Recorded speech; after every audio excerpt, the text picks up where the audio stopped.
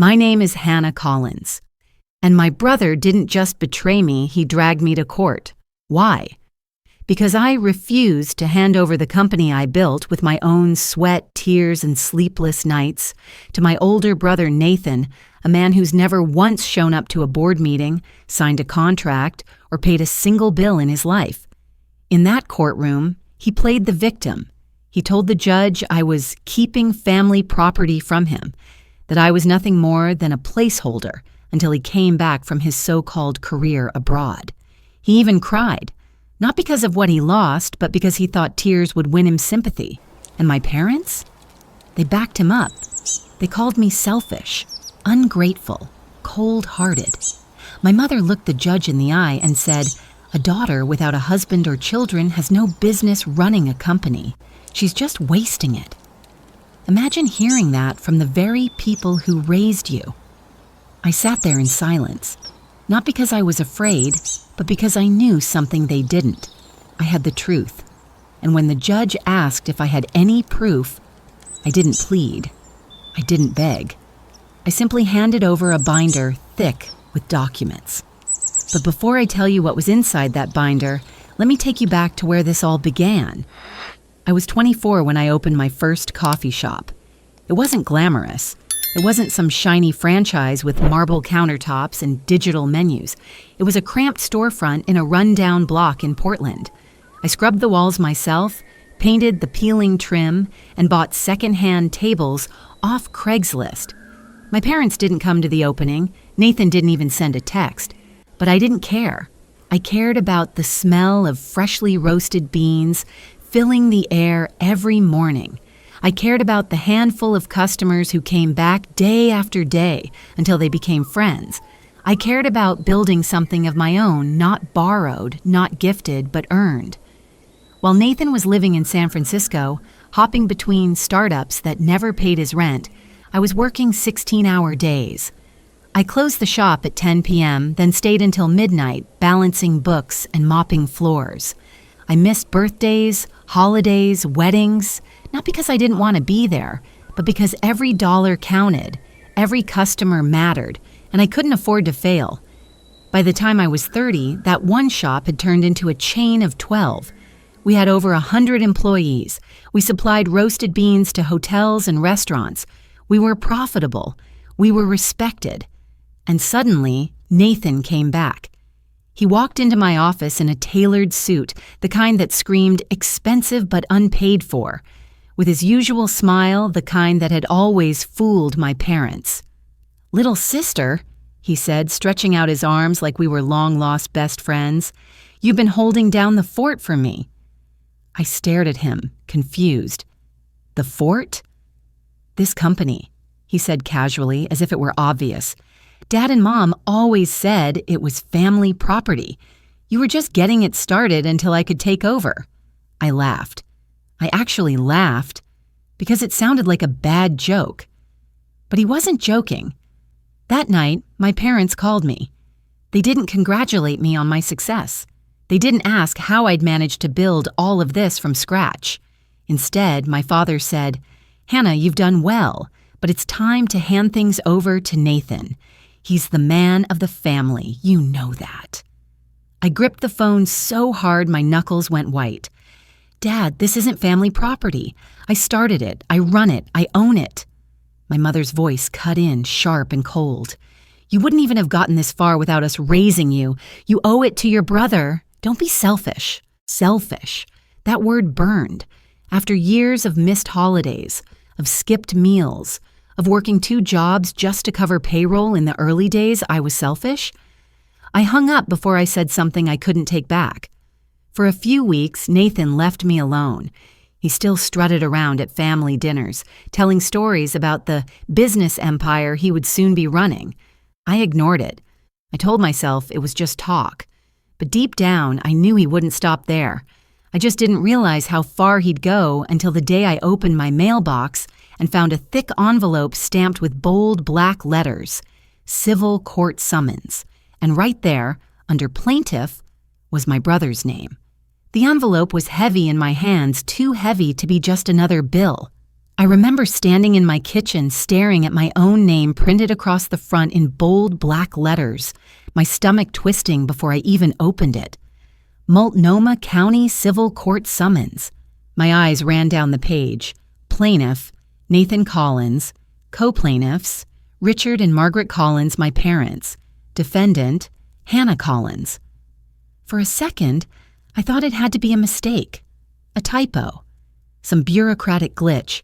But then my eyes caught the claim: breach of informal family business agreement, failure to uphold implicit family trust.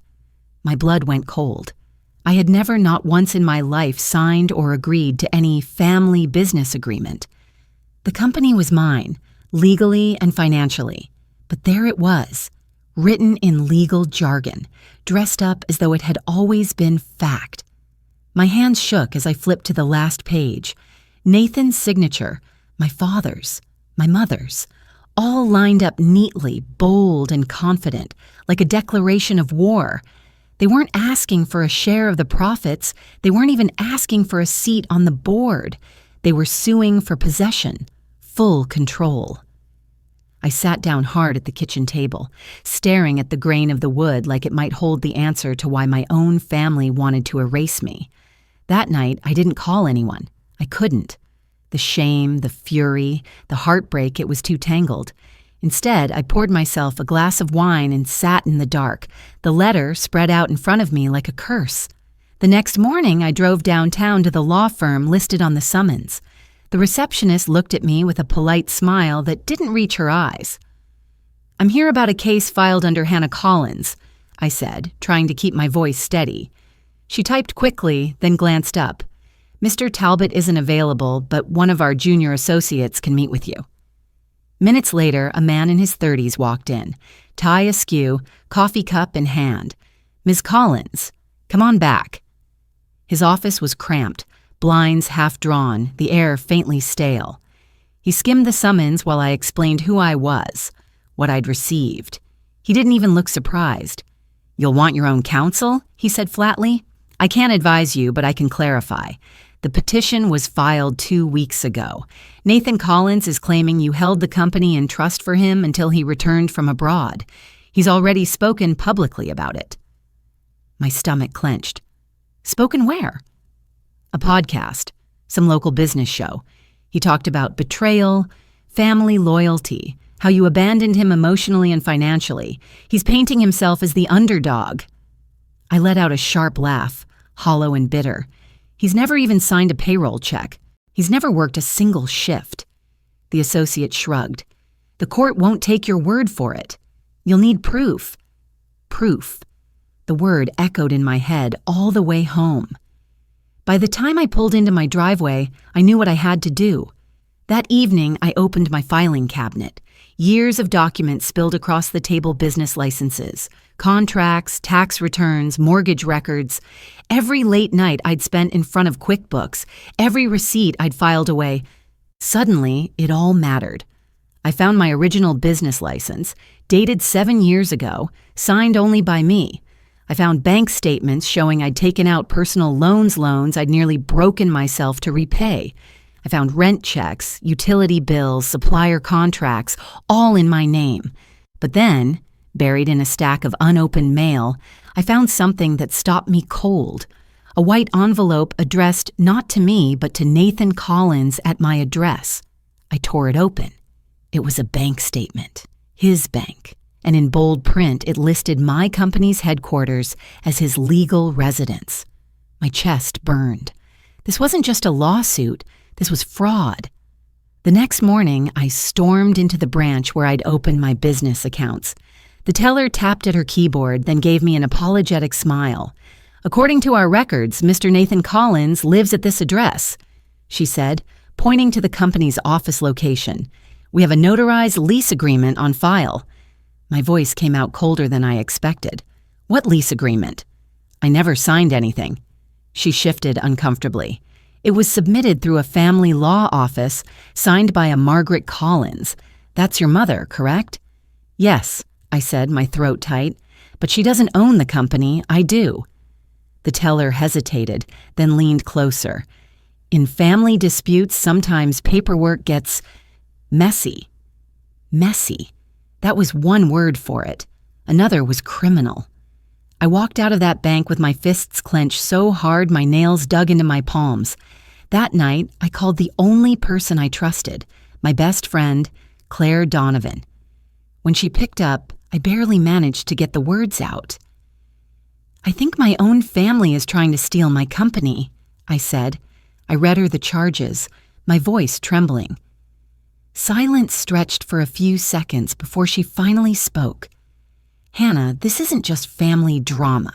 This is calculated. You need to gather every scrap of evidence you have. Emails, texts, witnesses. Anything that proves Nathan never lived at that office, never invested a dime, never contributed." "I never thought I'd have to protect myself from them," I whispered. "Well," she said quietly, "now you do." By midnight, I was still rifling through boxes of old paperwork when another thought hit me like a lightning strike. My grandfather's will. 5 years earlier, when he died, Nathan had walked away with a large inheritance. I'd been told there was nothing left for me because of a filing error. I had believed it. But now, I wasn't so sure.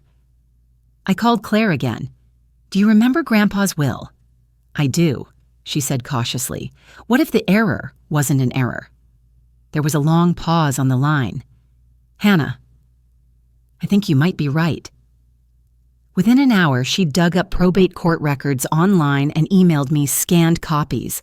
I opened them with shaking hands, and there it was.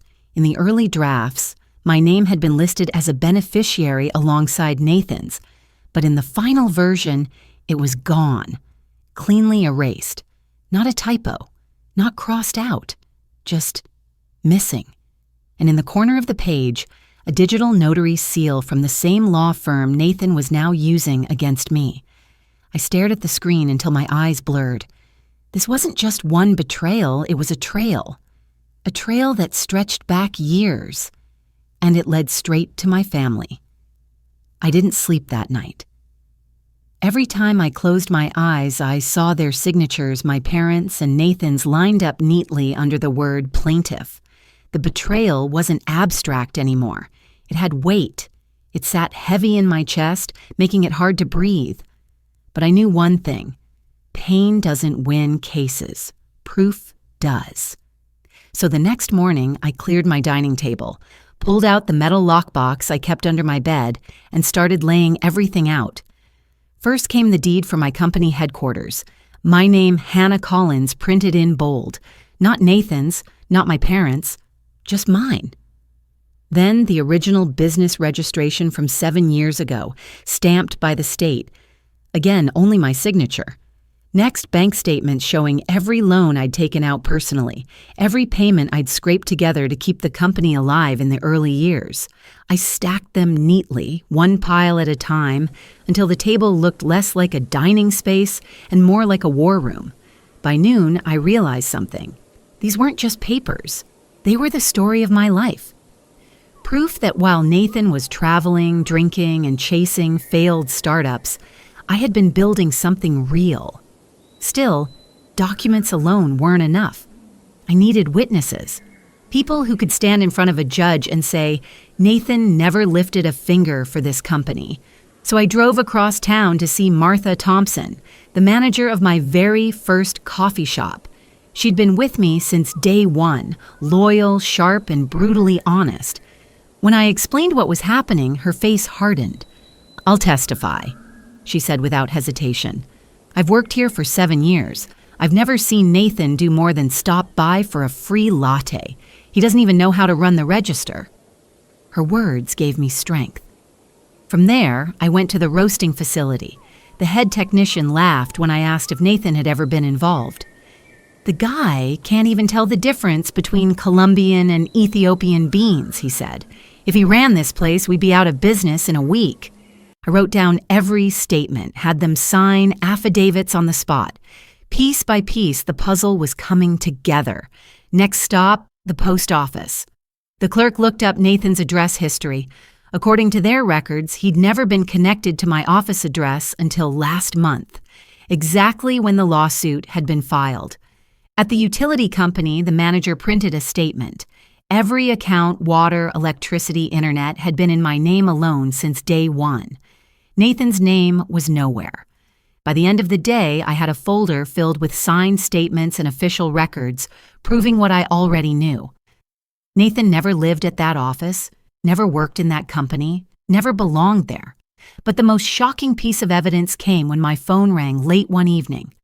An unfamiliar number. Hannah Collins? The voice was low, hesitant. You don't know me. I used to work at Holloway and Pierce. Your brother's old law firm.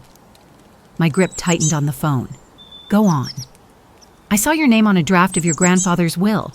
Then one day, it disappeared. Your mother came in that morning. When she left with the senior partner, the next draft replaced your name with Nathan's. Same date, same notary seal, just different. My heart pounded. Do you have proof? A pause then.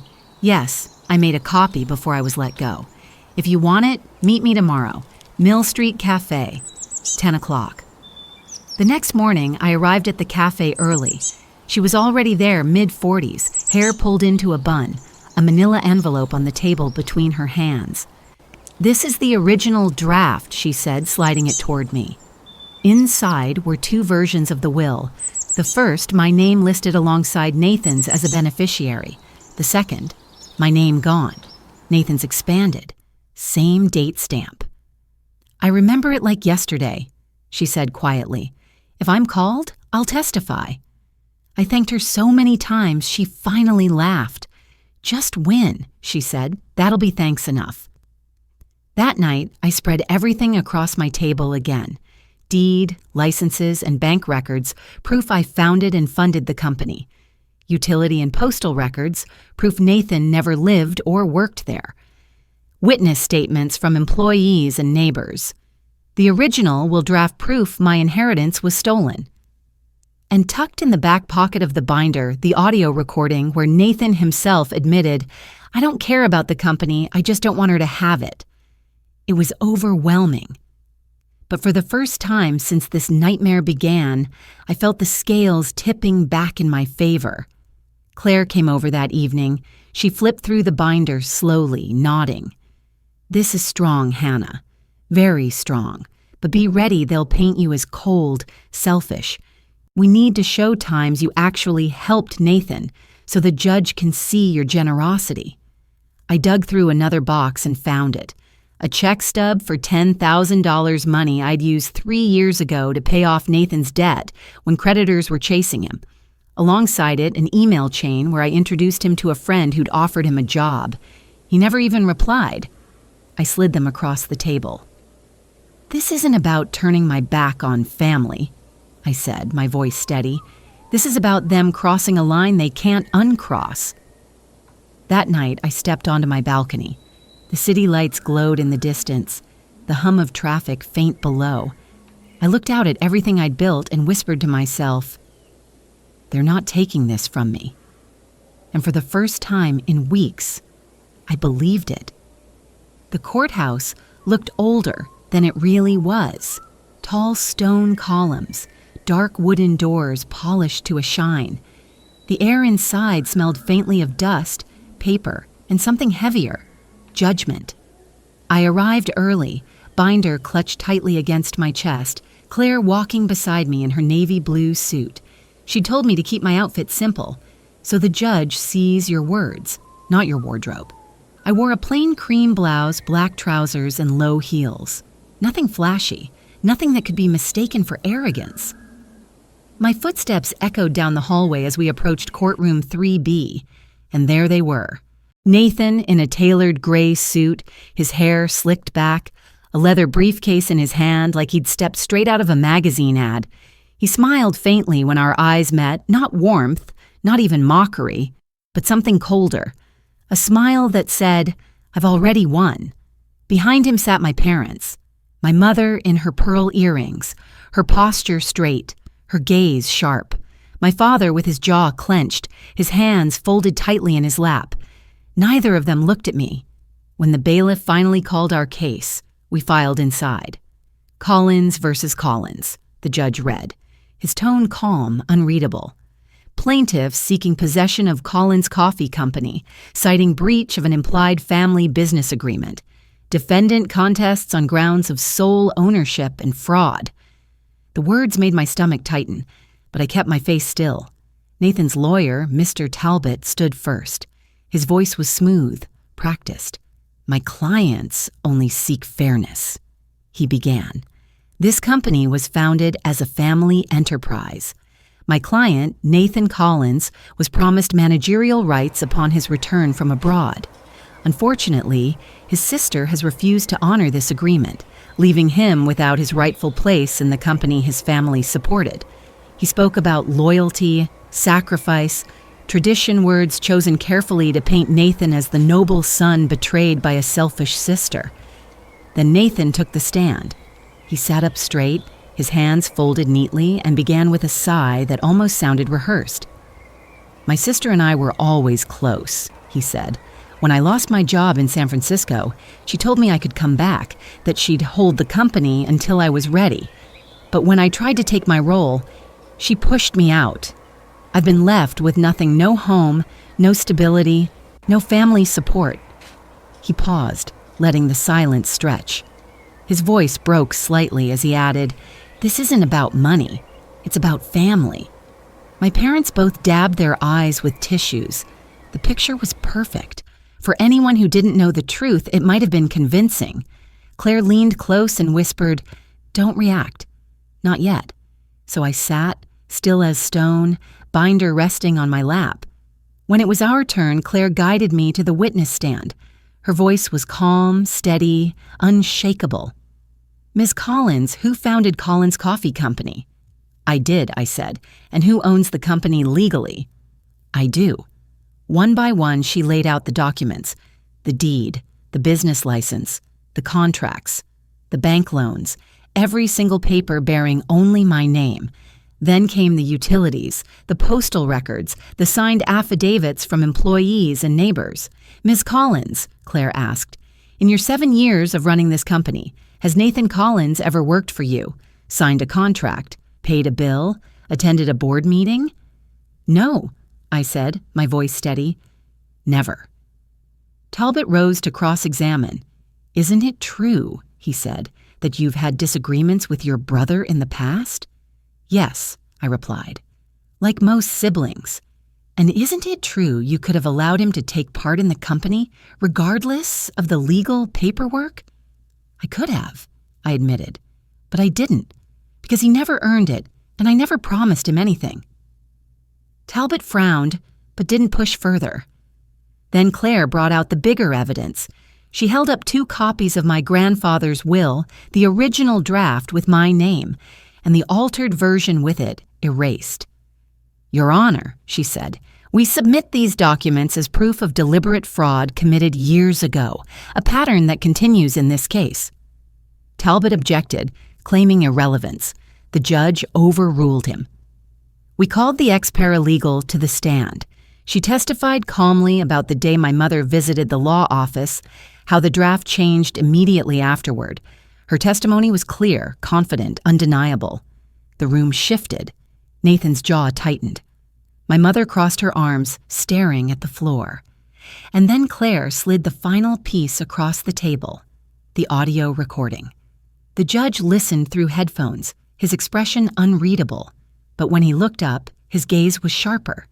It was Nathan's voice, clear as day. "I don't care about the company. I just don't want her to have it." The judge turned toward him. "Mr. Collins, do you dispute that this is your voice?" Nathan's Adam's apple bobbed. "No, Your Honor, but—" "No further explanation needed," the judge said curtly. By the time both sides rested, the atmosphere in the courtroom was heavy, charged. The judge announced he would review all evidence and issue a written ruling within 30 days. As we filed out, I passed Nathan. For a brief moment, I searched his face, looking for the brother I used to know, the one who made me laugh as a child, who used to protect me from bullies on the playground. But that boy was gone. All I saw was a stranger in a tailored suit, eyes cold and empty. Outside, the autumn air hit me like a cleansing wind. Claire stopped at the top of the courthouse steps, her hand on my shoulder. "I don't want a settlement," I said, my voice firm. "I want the truth on record." She smiled faintly. "Then we keep going." That night, back in my office, I opened the binder one last time. Page after page of proof, evidence, testimony, not just legal documents, but the story of my life, written in ink and sweat. This wasn't just my defense. It was my history, and I wasn't about to let anyone steal it. The letter from the courthouse arrived on a gray Thursday morning. It was thin, only a few pages, but my hands trembled as if I were holding a live wire. For a long time, I didn't open it. Instead, I made a pot of coffee, sat by the kitchen window, and listened to the rain tapping softly against the glass.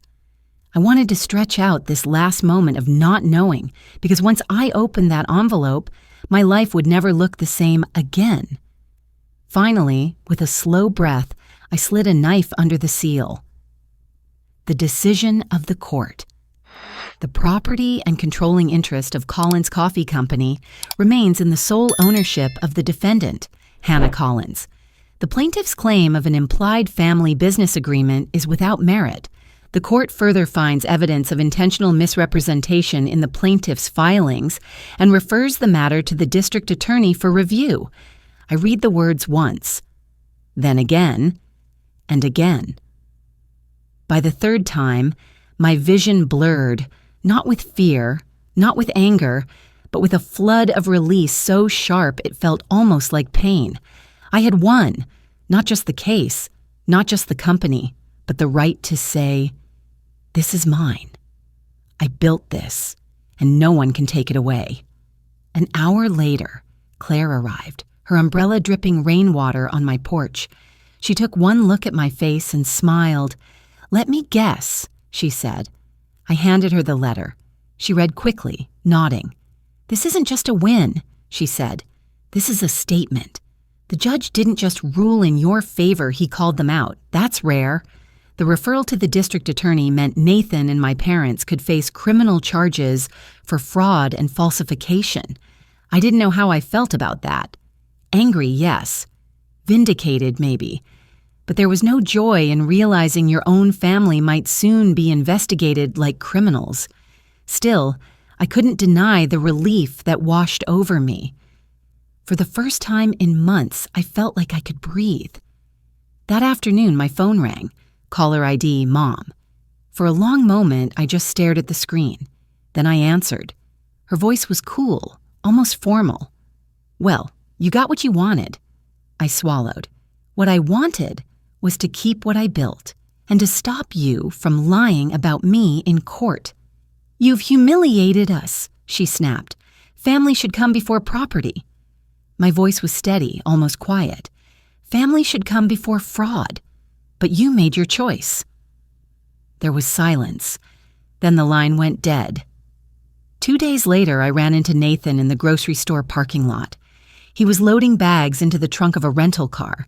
His suit was gone, replaced by a worn jacket. His hair was messy, his smile absent. For a second, he looked almost like the boy I grew up with, the one who used to share Halloween candy with me, who taught me how to ride a bike. But then he saw me, and the mask fell back into place. "You could have let it go," he said flatly. I met his gaze. "You could have not tried to steal from me." His jaw worked, like he wanted to argue, but no words came. He slammed the trunk shut, climbed into the car, and drove away. I stood there in the drizzle, watching the taillights disappear, and realized something. There was no going back. The bridge between us had burned. In the weeks that followed, the company felt different, lighter, as if the walls themselves had been holding their breath and could finally exhale. I threw myself into the work repairing the cracks the lawsuit had left behind. Employees who'd been nervous during the trial now smiled more freely. Customers sent letters of support. A few even showed up at our stores just to say, We're glad you're still here." At night, when I locked up the office, I sometimes walked through the rows of roasting machines, the scent of coffee beans, warm and earthy in the air. And I thought about how close I had come to losing it all, not because I wasn't capable, but because my own family had tried to rewrite my story. A week later, Claire joined me for dinner. We sat at my dining table, the same table that had once been buried in stacks of evidence. Now it was cleared, except for 2 plates of pasta and a bottle of wine. "You know," she said, twirling her fork, "most people would have settled. It would have been easier, quicker." I shook my head. I didn't want easy. I wanted the truth on record. I didn't want them to say years from now that I stole something that was never theirs. Claire raised her glass. "To the truth, then." We clinked glasses, and for the first time since this nightmare began, I felt a genuine smile spread across my face.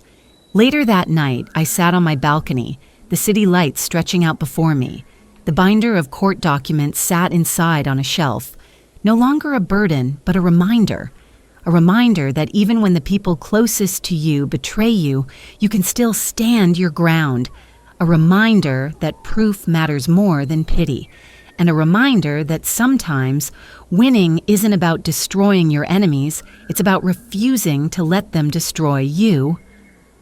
The rain had stopped. The air was crisp. I wrapped a blanket around my shoulders and whispered to myself, almost like a vow, "They tried to erase me, but I'm still here." And for the first time in months, I felt at peace. Winning didn't feel the way I thought it would. There were no fireworks, no triumphant music, no crowd cheering my name. It was just me, standing in my kitchen the next morning, pouring a cup of coffee like I had 1,000 mornings before. The world looked the same, but lighter, somehow. The air wasn't weighed down with dread anymore.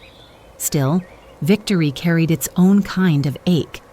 Because the truth was, a courtroom ruling couldn't fix everything. It couldn't stitch together the hole my family had left in me. In the weeks after the verdict, my mother stopped calling altogether. My father sent one short text, "Take care of yourself." I couldn't tell if it was meant as kindness or as a final goodbye. Nathan vanished from town within a month. I heard through whispers he'd moved south, sold his car, and was living out of rentals. No forwarding address, no explanation, just gone. At first, the silence was a relief. No more summonses delivered by sheriffs, no more threats wrapped in polite legal letters, no more walking into the office with the fear that someone was trying to strip it away from me. But silence has a way of amplifying the echoes. And at night, when the city outside was quiet, the memories grew louder in my head. Christmas mornings when Nathan and I raced to open presents. Summer evenings when Dad grilled burgers in the backyard and Mom brought out peach pie, still warm from the oven. The laughter, the closeness, the illusion of family, all of it felt like it belonged to someone else's life now. I buried myself in work. The company didn't care about court rulings or broken promises. It still needed me. Employees still relied on me. Customers still walked into our cafes every morning, expecting their usual cup of coffee. And that helped. Because business doesn't ask you how you're feeling. It demands action. Martha, my first store manager, came by often. Sometimes she brought baked goods. Sometimes she just sat with me on the balcony, saying nothing at all. One evening, as we watched the city lights flicker on, she said softly, "You know, sometimes winning means losing, too." I didn't answer right away, but I knew she was right. I had kept my company, but I had lost my family. In late November, I got a letter from my cousin Emily, the first bit of family contact in months. "Hannah," it read, "I'm hosting Christmas dinner this year. I know things are strained, but you're welcome. No pressure. Just think about it." I held that letter for days. Part of me longed to go, to prove I could still show up without bitterness. Another part of me knew the wounds were still too raw. In the end, I mailed back a thank you card and declined, not out of anger, but because I wasn't ready to sit across a table from people who had tried to erase me. Winter came early that year. Snow dusted the city, the cafes filled with the warmth of cinnamon and roasted beans. I used the quiet season to repair the cracks the storm had left behind. I repainted the walls of my office. I reorganized files, threw out old papers that no longer haunted me, and late at night I began writing my own account of the case, not for publication, not for revenge, but for myself. Putting the story on paper helped me see it differently. It wasn't just about betrayal. It was about boundaries. It was about finally saying, this far, no farther. In February, I saw Nathan again. I was at the hardware store buying supplies for a new cafe renovation when I spotted him in the next aisle. His hair was longer, his jacket frayed, his eyes tired. For a moment, neither of us moved. Then he walked over. "I heard about the DA," he muttered. "They dropped the charges. No case." I nodded. "I figured." He shifted uncomfortably. "I didn't think it would go that far. Mom pushed for it more than I did." A bitter laugh escaped me, not because it was funny, but because it was so far from the truth I'd lived. But I didn't argue. "You could have stopped it," I said quietly. "But you didn't." He looked down at the floor. "Yeah, I know." Then he turned and walked away, and just like that, he was gone again. By spring, I started hosting small gatherings at the company headquarters. Employees, neighbors, local artists, we sat around with coffee and food, sharing stories, laughing. It wasn't the family I was born into, but it was a family all the same, one that showed up without asking what was in it for them. I still keep the binder of court documents on a shelf in my office, not as a trophy, not as a scar, but as a reminder that standing your ground is never easy. A reminder that even when the people closest to you betray you, you can still survive. And a reminder that healing isn't about going back to how things were, it's about finding peace in how things are now. That evening, as the sun dipped behind the skyline, I stepped out onto the balcony with a cup of tea. The city stretched out below, lights twinkling like stars brought down to earth. And for the first time in a long time, I felt steady, not triumphant, not broken, just whole. I had lost things I could never get back, but I had kept the one thing I could not replace: my company and myself. Because in the end, you don't need permission to protect what's yours. You don't need everyone to understand. All you need is the strength to say, "This is my story, and no one else gets to write it for me." This story wasn't just about a company. It was about self-respect, about refusing to be erased, and about standing your ground even when the people you thought would protect you become the ones trying to tear you down. If you've ever had to defend what's yours from family, from so-called friends, from anyone who thought they had the right to take it, then you know how much strength it takes. And if this story spoke to you, remember, you don't need permission to protect your place, your work, your truth. Have you ever had to stand up to someone close to you just to keep what you built? Share your story in the comments. Your voice matters. Like, subscribe and share this video to support more powerful stories like this, because truth deserves to be heard.